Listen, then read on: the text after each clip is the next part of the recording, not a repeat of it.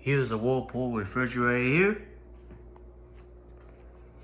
This is something that pretty much I've never filmed before, or maybe once, I don't even know.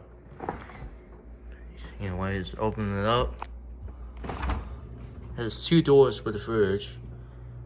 Controls are inside.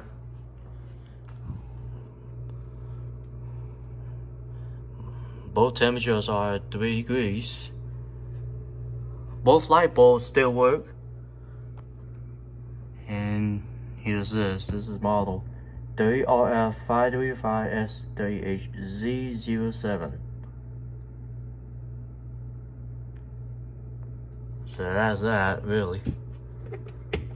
And both of these had to touch so the light bulbs will stay off, because that's how manufacturers did that. So I'm opening the freezer here. Light bulb in there works also. Pretty surprising. Switchboard.